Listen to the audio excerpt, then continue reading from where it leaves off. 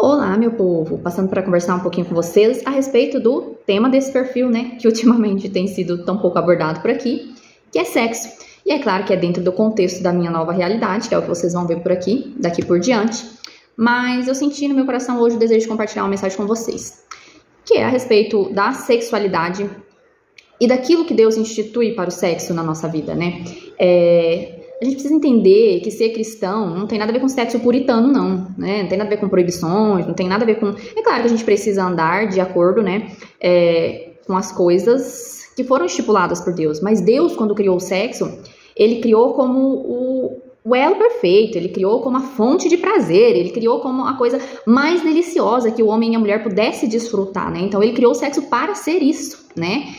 Vou trazer para vocês algum contexto aqui para vocês entenderem. Entender o que significava o sexo para Deus, para mim, fez muita diferença na minha vida. Porque Deus quer que nós façamos sexo. Deus quer que nós façamos sexo com os nossos maridos e esposas, né? Deus quer que a gente tenha uma vida sexual ativa.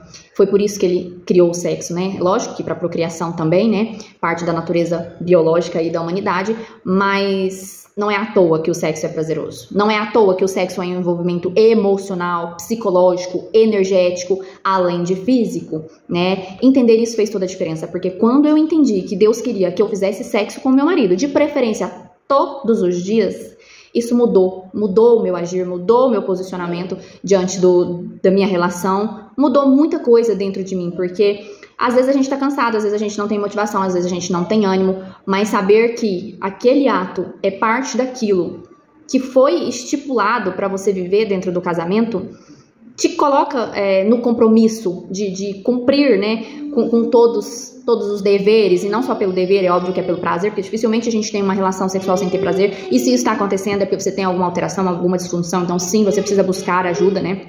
Deus não quer que a gente tenha um sexo sem prazer, e eu vou provar para vocês aqui neste vídeo, mas entender isso fez toda a diferença. Então, para ser cristão, para ser cristã, para ser uma mulher cristã, a primeira coisa que você precisa de fato é entender que Deus quer que você faça sexo com seu marido todos os dias, né? Esse é o primeiro passo.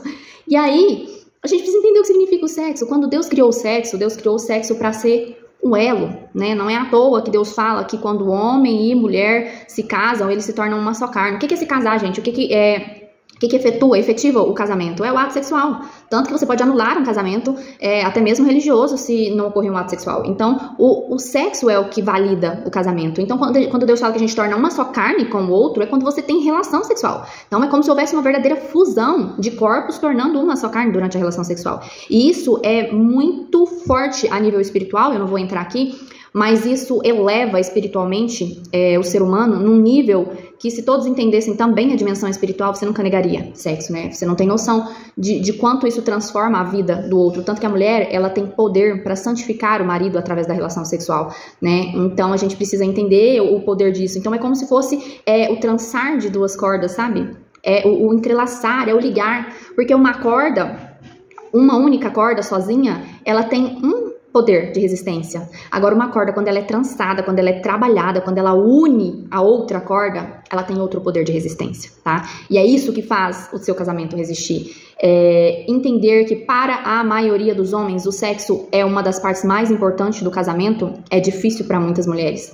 Não tô dizendo que as outras coisas não importam, claro que importa, amizade, companheirismo, empatia, compreensão, amor, mas o que cria essa força, o que une as duas cordas e mantém o seu relacionamento firme, forte e que não vai romper na primeira dificuldade, é a intimidade que vocês constroem durante o sexo. É o fortalecimento que ambos ganham através do sexo. Então a gente precisa se posicionar enquanto mulheres, né? E começar a olhar para o sexo como a melhor coisa que Deus instituiu dentro do casamento.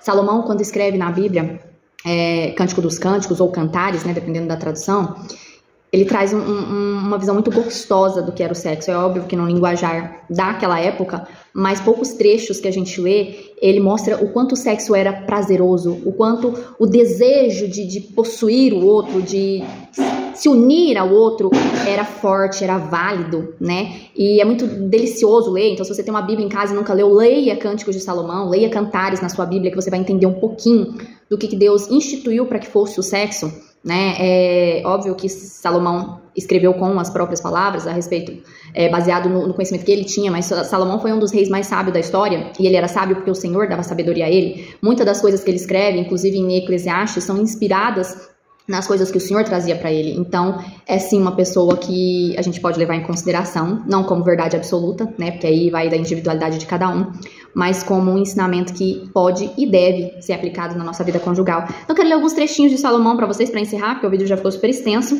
Não vou citar versículo, mas só vou ler os trechos. Se você tiver curiosidade, abra e leia. O primeiro deles é: sim, as suas carícias são mais agradáveis do que vinho. Olha como eles desfrutavam da troca de carícias, né? Do sabor, do prazer de trocar as carícias. E aí entra o sexo oral, aí entra o beijar, aí entra o toque no corpo, né? Então olha como ele comparava, gente. Naquela época, o vinho era uma coisa cara, uma coisa de valor, uma coisa de ser apreciada, né? Saborosa. Então para eles era importante o vinho, né? Outro trecho: leve-me com você, vamos depressa, leve-me o rei para os seus aposentos. Ou seja, essa mulher, ela tinha sede de ter intimidade com esse homem. Essa mulher, ela queria estar na cama com o marido dela. Essa mulher, ela desejava, ela buscava por intimidade com o seu parceiro, com o seu marido, né, que aqui no caso é Salomão. E Salomão dizendo para ela: Sulamita, como você é linda, minha querida. Ah, como é linda, os seus olhos são como pomba. Ou seja, esse homem, ele era apaixonado pela beleza dessa mulher, que possivelmente era uma mulher que se cuidava, era uma mulher que era feminina, era uma mulher que não estava sempre com aparência cansada, estressada. É óbvio que a gente entende a dificuldade de se manter assim no dia a dia, né, com tanto trabalho, com dupla jornada, mas às vezes um pouquinho que a gente se esforça é possível. Você não precisa estar linda, arrumada, maquiada, emprequitada sempre, mas no mínimo ordenada, limpa, cheirosa, né, e disposta, agradável. Tem mulher que é tão desagradável que o marido não quer voltar pra casa depois do dia de trabalho, gente. Espera lá na sala, filha, a mamãe já tá terminando. Espera lá, por favor. Depois a mamãe vai, espera lá. Como você é belo, meu amado. Ah, como é encantador, verdejante ao nosso leito. Então ela também admirava a beleza desse amado. Então também era um homem que se cuidava, que se importava com a aparência, né? Era um homem que estava alinhado, ordenado diante dela, né? Verdejante ao nosso leito. Olha como era para a mulher o leito desse casal. Hoje a cama virou cama compartilhada, poltrona para assistir série, para assistir jogo, para jogar videogame, para mexer em rede social. Não é mais o leito, não tem mais a essência do casal, não tem mais a união, né? Geralmente vamos cumprir tabela e cada um vira pro lado para mexer no celular até o sono chegar. Então, olha como se perdeu, olha como é lindo, gente, essa colocação, né? O meu amado é meu e eu sou dele. O meu amado é meu e eu sou dele. Olha a intensidade disso, gente. Escuta isso. O meu amado é meu e eu sou dele. Olha a entrega. Então, não existe mais essa entrega hoje em dia. Não existe mais. Eu sou dona de mim, eu sou independente. Imagina que eu sou propriedade do meu marido. Imagina que eu sou propriedade da minha esposa. Eu sou autoridade do meu lar. Não existe mais essa entrega, é tão difícil, mas isso é tão lindo, gente, essa troca é tão linda, é isso que faz um relacionamento funcionar, é isso que faz um casamento se fortalecer. Então, assim, é só um pouquinho aqui que eu queria compartilhar com vocês, esse vídeo já vai ficar um absurdo, vou até dar uma acelerada, mas leiam cânticos, repensem, reflita sobre a sua relação sexual, sobre a intimidade com o seu parceiro, sobre o que significa o casamento, sobre o que significa o sexo no casamento. Eu espero que essa mensagem contribua com a sua vida. Beijos, até mais!